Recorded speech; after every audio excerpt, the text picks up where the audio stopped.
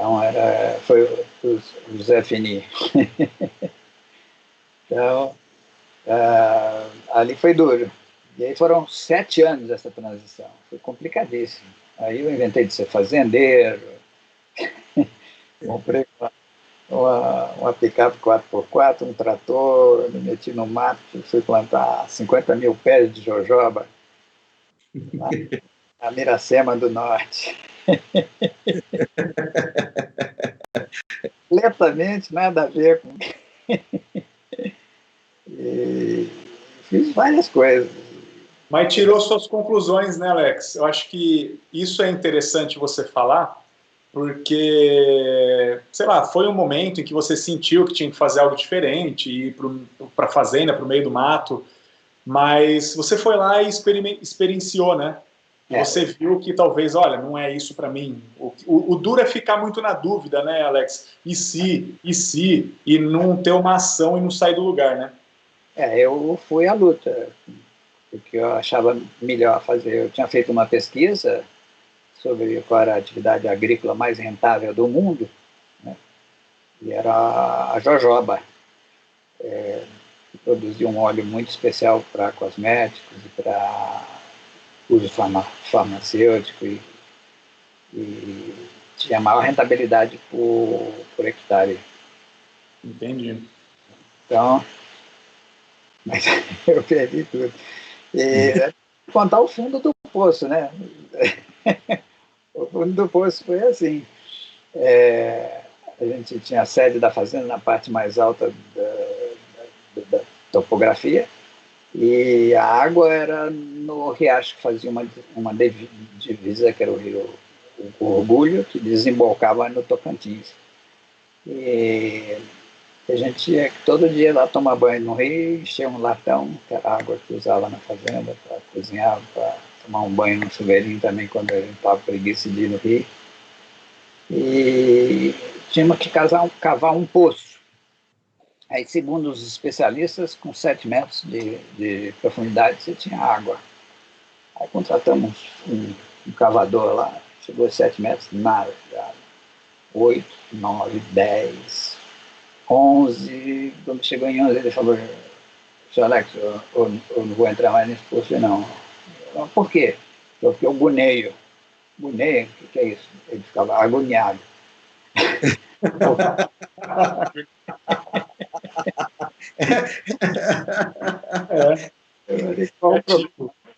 Qual é o problema? Ele falou: o problema é o seguinte, essa areia aqui essa terra é meio arenosa. E de vez em quando a parede desmorona e só terra o cavador. Isso. Aí ele falou: aí dentro eu não entro mais nesse buraco, não. Aí tinha o Silas, que era o meu ministro da Agricultura, ele falou: "Sr. Alex, pode deixar que eu cavo." Silas era cristão, tinha certeza da vida eterna. Eu falei: não, pode parar, Silas. Você está aqui com a sua esposa, 2 filhos pequenos, seria uma irresponsabilidade muito grande da minha parte. Aí eu descobri que a gente podia comprar umas manilhas de concreto, de 1 metro de diâmetro, e ir cavando, e as manilhas iam encamisar o poço. Aí ele não desmorona. Aí foi um tal de comprar manilha e cavar, e cavar, e cavar. Acabou dando água com 25 metros de profundidade. Foi o poço mais profundo da Terra lá. Quase conforme o plano, né? E aí instalamos uma bomba manual, mas ela tinha que...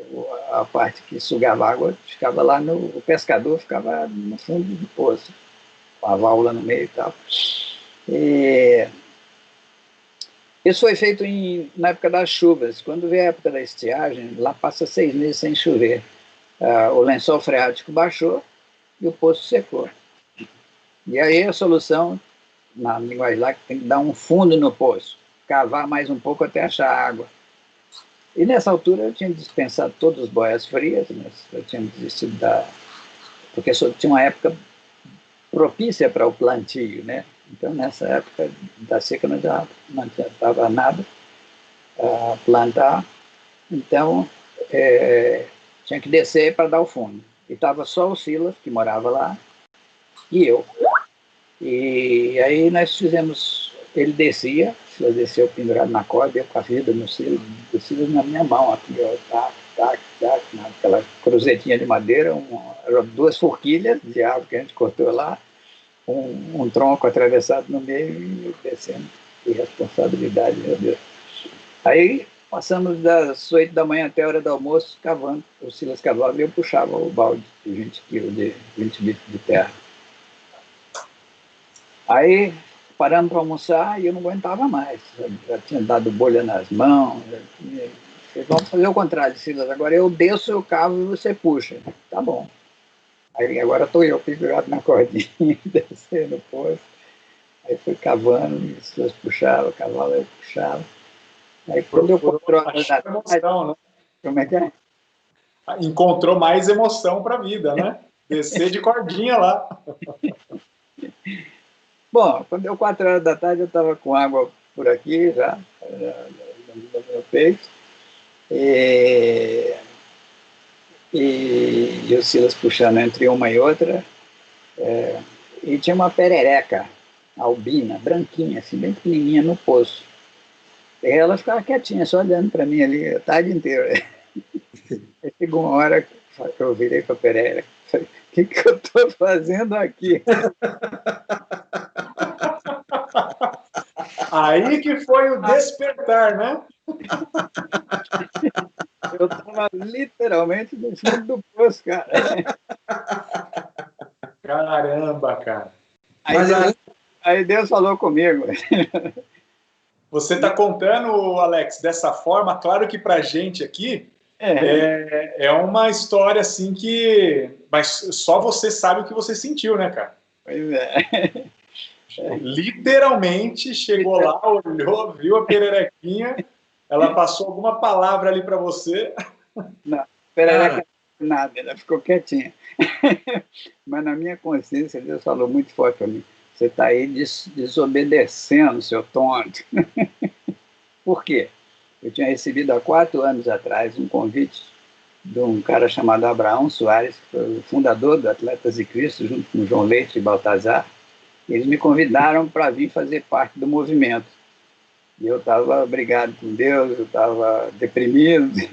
Falei, não, eu agora vou aplicar na minha vida fazer coisas úteis e que me deem grana. E a Jojoba ia me render $250 mil por ano, que é uma cultura perene. Então ia ficar bonito na fotografia, ia poder ter um aeroporto na fazenda, comprar meu aviãozinho, estava planejado. Mas eu perdi tudo nos plantios, não vou entrar nos detalhes porque perdi, mas eu tinha declinado o convite. E aí, ali eu tomei a decisão que eu ia fazer o que Deus me mandasse fazer. Aí no congresso seguinte dos Atletas de Cristo, veio um convite da diretoria para eu assumir o cargo de diretor executivo de Atletas de Cristo. E aí eu já estava amaciado. Ou seja, eu pesei em Atletas de Cristo, que nem o Jonas, que fugiu de Deus numa baleia, a baleia engoliu ele, e lá ele resolveu obedecer à vontade de Deus. Então, foi assim que minha segunda carreira. Começou outra aventura aí. Outra aventura. Cara, por aquilo que a gente leu aqui, foram 5 Copas do Mundo? 3 Foram 7 Copas do Mundo, sendo 6 presenciais e uma por e-mail. Cara, 7 Copas do Mundo, nós estamos falando de 28 anos, né? E 4 Olimpíadas. Cara, 4 Olimpíadas, quer dizer, aí, depois disso, ainda que nasceu o sonho para virar escritor, ou seja, foi uma transição de piloto para fazendeiro, para investidor, depois para diretor de um ministério e ainda capelão, mentor, óbvio, e escritor, porque eu tenho aqui nas minhas mãos pelo menos 4, mais o What It Takes, né, o Sucesso Significado. Quando foi que pintou esse desejo? Eu não sei se você quer falar um pouco sobre a parte de diretor de Atletas de Cristo, Mas se você quiser, e se não depois, como que foi que surgiu esse desejo de ser escritor, cara? Bom, eu tinha escrito o meu primeiro livro quando eu estava comendo pão que o diabo amassou lá na Fórmula 1. O meu chefe de equipe, que era um mau cariatista tremendo, e foi o cara que acabou com a minha carreira. Ele botou um carro para eu correr que a Fórmula 1 tem castas lá dentro. Você sabe que na primeira fila tem 2 Mercedes, na segunda 2 Red Bulls ou 2 Ferraris, né? E lá no último tinha, o ano passado, 2 Williams, agora é a Tauro. E, e uma outra lá. E o meu carro era padrão desse da última fila. Quando eu conseguia largar, porque agora correm 20 carros, naquela época corriam 26. O problema é que tinham 30 inscritos. E o meu carro era tão ruim que metade das corridas eu não consegui nem largar, porque o meu tempo era de 27º para trás. Então, e eu reclamava com ele, falei, esse carro não dá para guiar. Ele falou, não, meu carro é muito bom, você que não sabe guiar. E isso ele dizia para todo mundo, que era um pé de breque. Eu sabia que não era, porque eu tive 10 anos de muita luta, mas eu sabia do potencial que eu tinha. Eu tinha um certo talento. Eu não era o Pelé das 4 rodas, que nem o Ayrton Senna, mas tecnicamente eu dava para o gasto. Eu só não tive um bom carro para provar na Fórmula 1 as performances que eu tive na Fórmula Ford, Fórmula 3, Fórmula 2, né? Então, eu fui campeão brasileiro, fui número 1 no ranking dos brasileiros em atividade no Brasil, quando eu estava aqui na Fórmula Ford, fui vice-campeão inglês, vice-campeão europeu de Fórmula 3, ganhei muitas corridas, fiz uma boa temporada na Fórmula 2. Então, então a minha... Agora eu me perdi. Qual era o assunto mesmo que eu queria falar? Eu estava me dirigindo. Daí da Fórmula 1 para o Ministério e para se tornar um escritor, né? Tá. Então, eu escrevi o primeiro livro quando eu estava comendo pão com o diabo amassou. Ele não era um livro, era um diário. Eu tinha que escrever, que senão eu ia matar o meu chefe de equipe. Eu tinha botado um plano para atropelar sem querer nos boxes. E eu escrevi, aí aquilo foi extravasando toda aquela raiva, tudo. Aí depois que eu vim para o Brasil, eu resolvi publicar o livro como uma autobiografia. E aí eu já estava do lado de fora, não podia me ferrar mais do que eu já estava. Então, até escrevi um capítulo sobre esse chefe de equipe, chamava O Amor ao Próximo, né? Porque quem me motivou a escrever esse capítulo é um verso da Bíblia que diz, se você ama os seus amigos, seus parentes, você não faz vantagem nenhuma. Amai, pois, os vossos inimigos. Cara, isso é a coisa mais difícil do mundo de eu pôr em prática. Depois eu li o capítulo, quando terminei o capítulo, eu fui ler de novo, falei, cruz credo. Isso aqui é o ódio ao próximo. Umas 30 vezes. Mas tive que perdoar ele. Primeiro, entre eu e Deus, eu falei, tá bom, eu perdoo o cara. Mas um dia eu tive que chegar, agarrar ele no Interlagos, e aí o cara virou presidente da FIFA, da FIA, que é a FIFA do automobilismo. E eu falei, olha, cara, eu quero te confessar uma coisa, você é a pessoa que eu mais odiei no mundo, que você acabou com a minha carreira, mas eu quero dizer que eu te perdoo. Dê cá um abraço. Aí ele ficou petrificado, sem saber o que fazer, eu agarrei ele e me deu um abraço. E esse dia foi o dia que saiu um tijolo das minhas costas. Então, foi muito difícil essa transição. Ela durou 7 anos, foi um período longo, de vacas muito magras na minha vida. Mas Deus me abriu a porta através de Atletas de Cristo, que foi a fase do significado. As coisas mais significantes que aconteceram na minha vida foi no meu período como diretor de Atletas de Cristo, né? Eu tinha dito para Deus que se ele viabilizasse a minha carreira, eu ia ser um proclamador do Evangelho. E aí ele me deu a visão que era possível alcançar o mundo para Cristo através da linguagem universal do esporte. Foi legal, chefe. Só eu ser campeão do mundo, eu vou ter um palanque que fala com metade da população do planeta, através dos meios de comunicação. E quando a vaca foi para o brejo na Fórmula 1, para mim foi a morte da visão. Briguei com Deus, fiquei pau da vida com ele. Mas aquilo que eu achava que ia acontecer comigo, acho que aconteceu com Atletas de Cristo, quando a gente conquistou o Tetra lá. E o Tafarel deu o recado com uma cena. Ajoelhou para comemorar a vitória, apontando para o céu. Aquela cena foi mostrada para metade da população do planeta, via satélite ao vivo e a cores. E depois deu um repeteco no Penta, lá em Yokohama, no Japão, quando a gente conquistou. E Lúcio, Kaká e Edmilson vestiam a camisa lá com camiseta ideologizada que eu levei para eles, que dava o recado: Jesus loves you. Então, esse foi o grande dia. Tá. Você tá falando aí, cara, olha como são as coisas. Você falou do Tafarel, e eu estava com ele aqui no dedo. Uhum. Tafarel escreveu assim nesse seu livro, né? Mais que um vencedor. Escreveu assim: sua fé inabalável é uma barreira para os adversários. E tem também uma passagem aqui nesse seu livro, Alex, que fala sobre como derrotar o fracasso.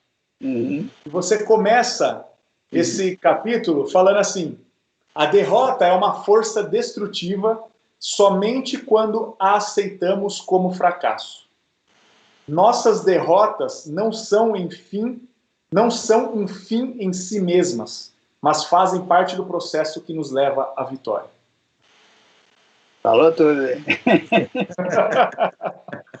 Cara, incrível. Você tá falando aí, você viu, eu nem estava procurando aqui, ó, já tinha separado e você veio com esse tema. Cara, é um produto, muita reflexão, é muito aprendizado. Seu programa aí. Aquele lá de cima. É tudo. Eu acredito e é muito forte, né? A gente tem que se abrir, acreditar e fazer nossa parte sempre, né, Silas? A gente sempre fala isso, né? Que nessa história do Alex, história do Silas, assim como na minha carreira, eu também fiz algumas transições de carreira, e assim como todas as pessoas, você tem que ter a sua fé, você tem que acreditar, né? Você deixa algumas coisas que ele sabe o que ele faz, mas você também tem que fazer muito aqui, né? E uma das partes que tem que fazer muito aqui tem a ver em estar ligado diretamente com o super Wi-Fi high-tech com ele lá, né? O software de comunicação é o nosso espírito. É o nosso espírito. Né? Então, é isso aí. Ele está no comando de tudo. O livro lá, o Manual do Proprietário, diz que todas as coisas cooperam para o bem daqueles que amam a Deus, aqueles que são chamados de acordo com o propósito dele. E ele está chamando todo mundo, né? Só quem quiser entrar no time é só pegar o caminho certo, que é Jesus. Né? É só dar o primeiro passo, né? Um passo de fé. E você encontrou. Eu estou falando isso aqui no ar, porque eu vou combinar com o Alex para a gente ter, poder disponibilizar para todos aqueles que estão nos acompanhando, tudo para eles quiserem adquirir o livro. Eu li o livro em português, eu li o livro em inglês, What It Takes, Sucesso, Significado. Cara, é sensacional, principalmente porque vem de alguém que teve essa experiência num dos mundos que são dos mais difíceis, que é o mundo da Fórmula 1. Pouca gente consegue entrar lá. O Alex atravessou, viveu a sacanagem, essa sujeira que existe, como tem no futebol também, tem na política, tem, enquanto tem ser humano, tem dinheiro. Tem empresas, tem em todos os lugares, né? Mundo corporativo, em todos os lugares tem. Então, assim, a gente vai ter, né? A gente vai ter a Amplia Consulting, vai ter esse livro para a gente, para que o leitor e aqueles que nos acompanham, aqueles que gostam de leitura, possam também aprender, porque realmente todos os conselhos que a gente precisa para fazer essa transição nas quatro estações da vida, a gente tem ali. Tem mais uma pergunta aqui, Alex, do Marcos Baceto. Falou assim: Alex, tá com ênfase aqui na pergunta. qual a principal lição e conselho de quem chegou no fundo do vale?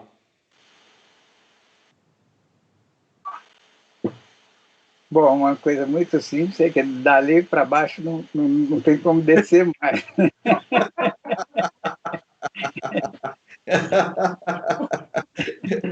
Mas você viu, Alex, que lá a água, no começo, estava falando que era 11, 12 metros, e você descobriu a 25 metros.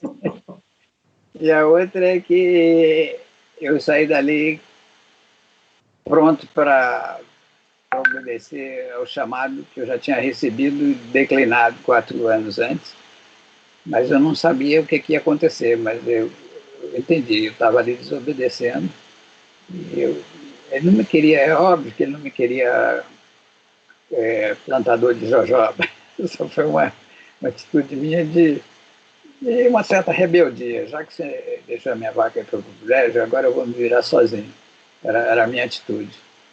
E aí ele deixou eu ir até o fundo do poço para eu entender melhor o que ele queria dizer e o que ele tinha coisas muito mais elevadas para eu fazer. E a minha vida nunca foi tão significante, tanto significado, não só para eu me sentir realizado, mas quantas pessoas nesse mundão foram atingidas por essa mudança de atitude, né? Esses atletas de Cristo, a revista Manchete vai dizer que o Atleta de Cristo foi um dos maiores fenômenos religiosos da década de 80, quando fez a retrospectiva, aquela de fim de ano, pelo impacto que o Atleta de Cristo teve no meio esportivo, né? Tanto a nível comportamental, como de responsabilidade, né? O João Leite, eu vi um técnico de futebol lá do Nordeste, agora esqueci o nome dele, daqueles times de lá de Alagoas, que tinha o nome do time era 2 times, CSA, era tipo CSA e CRB. CSA e CRB, E ele falou que quando ele despontou como jogador, começou a jogar no time profissional, ele teve que sair com os veteranos para receber o batismo. E esse batismo era encher a cara até voltar para a concentração carregado, de não poder. E ele falou que naquela época todo mundo bebia no time, menos um, que era o João Leite. E ele falou, e agora eu sou técnico de um time que só um bebe, nenhum dos outros do elenco bebe. Então, essa influência foi uma influência silenciosa que o Atleta de Cristo lançou no meio do futebol. Então, os atletas passaram a ser responsáveis pelo que eles faziam com o uso do seu corpo, passou a haver uma disciplina, surgiu o atleta saradão, então era outro conceito que se mudou de dentro para fora, tipo sal da terra e luz do mundo funcionando. Então, isso para mim é muito forte. E na área de comunicação, eles deram um recado sobre o amor de Deus, love para 3 bilhões de habitantes do planeta naquela época. Foi a maior audiência que uma Copa do Mundo teve, foi a de 2002, porque foi o ano que a China conseguiu se classificar, e só a China trouxe uma audiência enorme para as coberturas de futebol. Então, só Deus sabe o impacto que isso teve na vida das pessoas. O resultado a gente só vai ver lá no céu. Mas foi de grande utilidade tudo que aconteceu. O processo da transição dolorosa redundou numa coisa muito mais bacana, de um valor espiritual inestimável. Muito bom, perfeito. Silas, ficou uma pergunta em aberto aí para você. Eu estou voltando aqui na lista, que foi relacionado a... o Alex respondeu, né, que foi se vocês acreditam que podemos ter sucesso em qualquer fase da vida e ou idade. Se você puder responder essa pergunta, Silas, complementando ao que o Alex disse. Eu acredito que sim, Aníbal, né? E para a pessoa que fez essa pergunta e as pessoas que estão nos assistindo, desde que você entenda que aquilo que a gente aprendeu hoje com o Alex, que a nossa vida ela passa por estágios. Então a gente tem a parte onde a gente vai ter o sonho, onde a gente vai ter a paixão, a gente vai ter a fase do sucesso, eu tive também, onde a gente vai ter a fase do significado e onde a gente vai ter a fase de deixar um legado, sabe? Eu li esses dias que tem 2 momentos que são os momentos mais importantes na vida de uma pessoa. O primeiro é quando ela nasce. Quando ela nasce é o primeiro momento mais importante na vida de uma pessoa. E o segundo é quando ela encontra o seu propósito de vida. E essa pessoa dizia o seguinte, a morte é menos dolorosa do que você não encontrar o seu propósito de vida.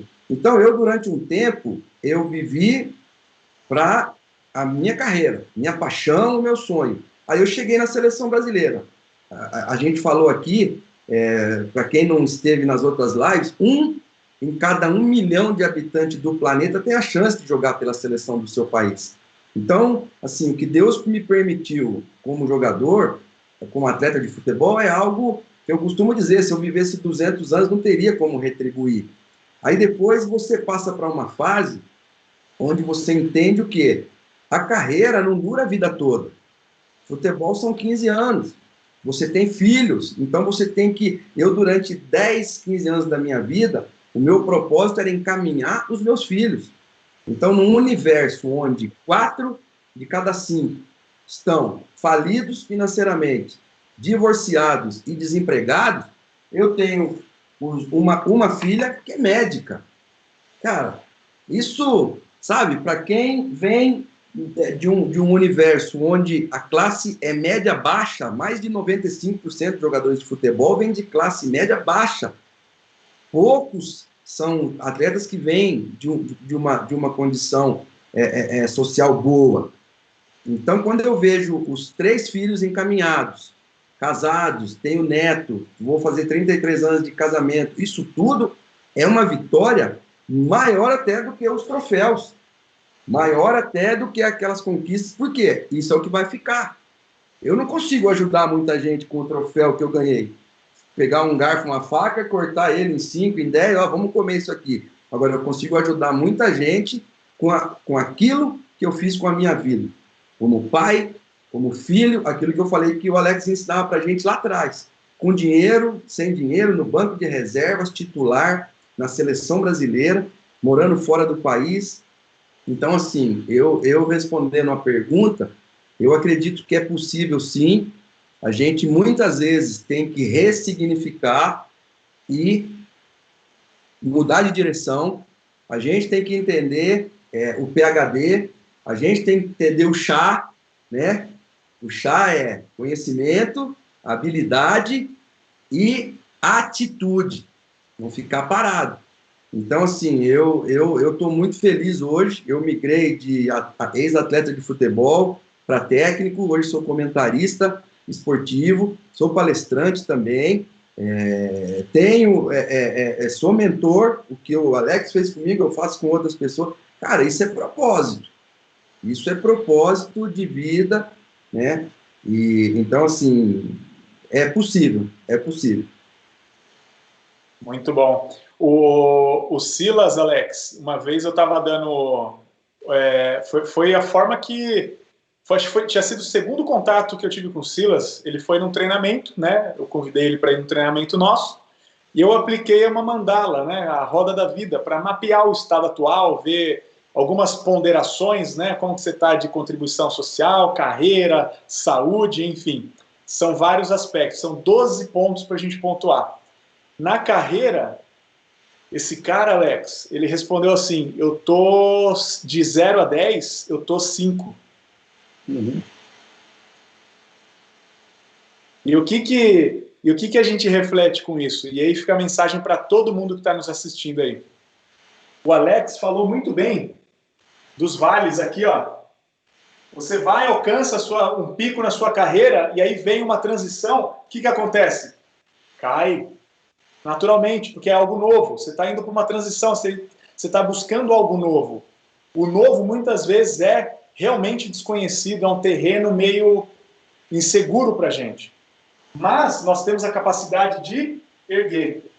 E o que eu vi na sua história, Alex, e já emendo com a do Silas também, durante essa mandala, é que é necessário também muito autoconhecimento, a gente olhar para dentro da gente e falar assim, o que eu já fiz, as competências que eu tenho até aqui, a partir de agora eu preciso desenvolver coisas novas.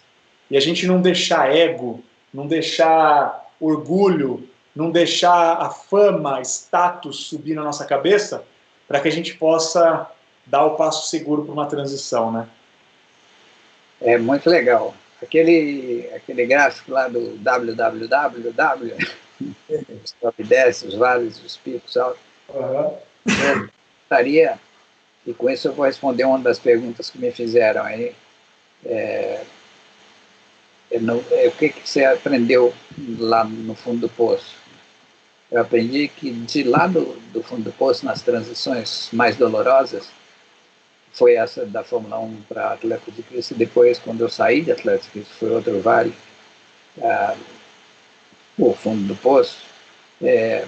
Aqui eu colocaria aquele www inclinado 45 graus, porque cada descida, você não vai, se você fizer uma linha depois entre os topos e os vales, elas têm que ser duas paralelas ascendentes, entendeu?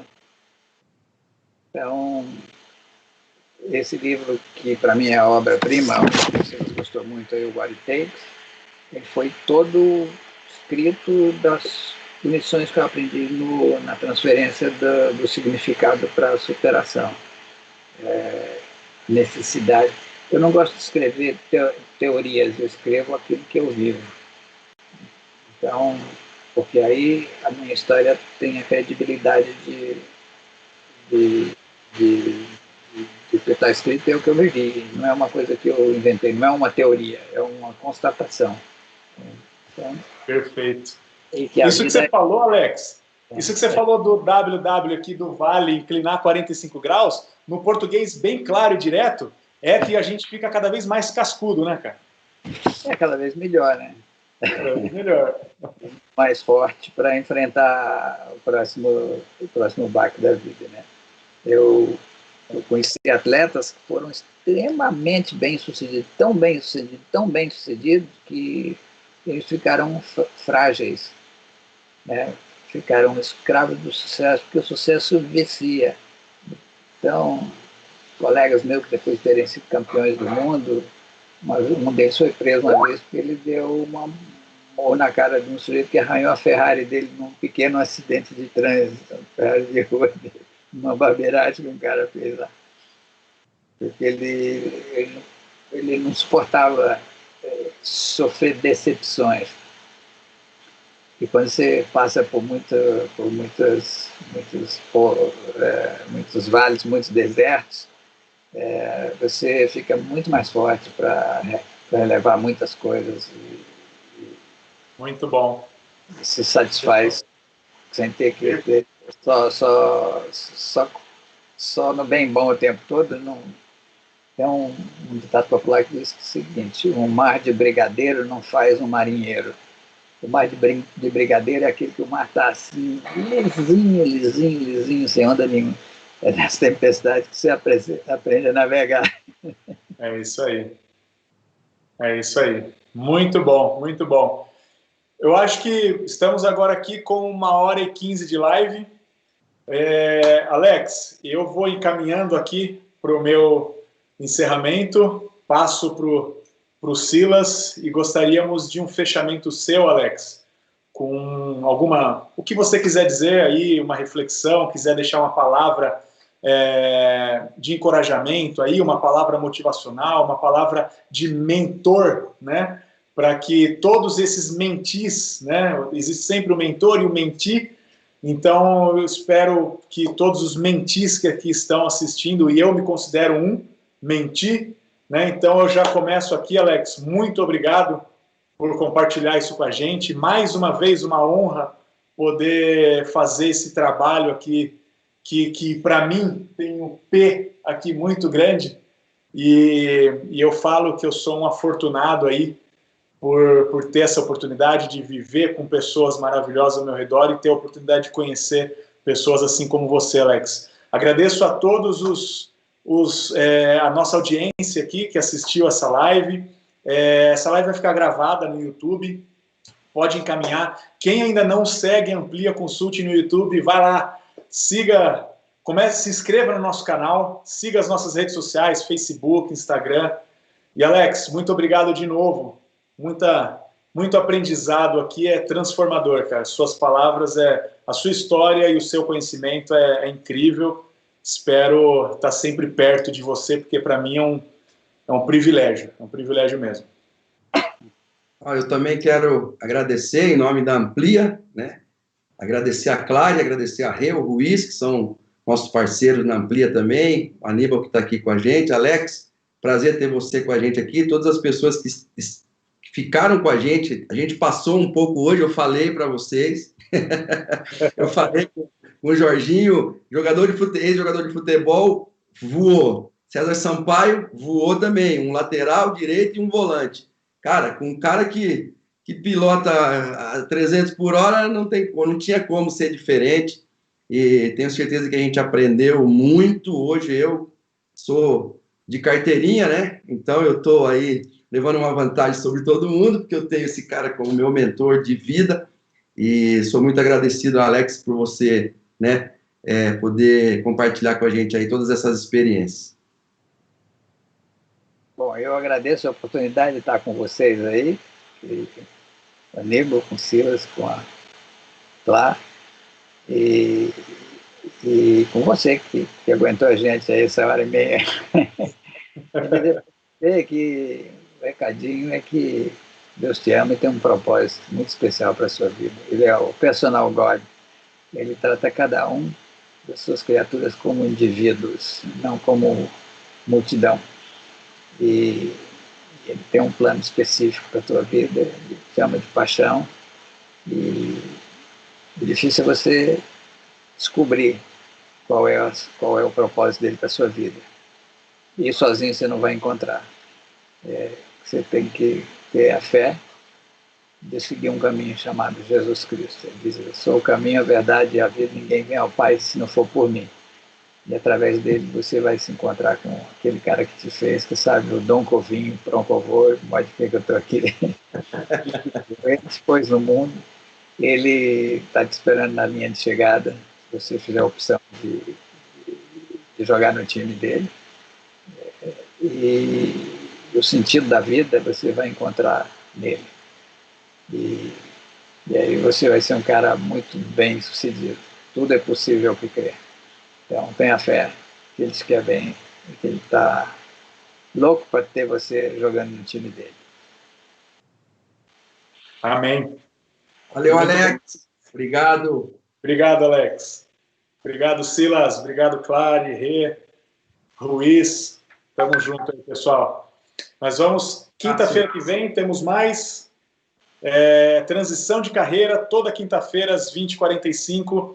Eu vejo você quinta-feira que vem. Um grande abraço, uma ótima noite para todo mundo. Alex, muito obrigado de novo. Legal. Valeu.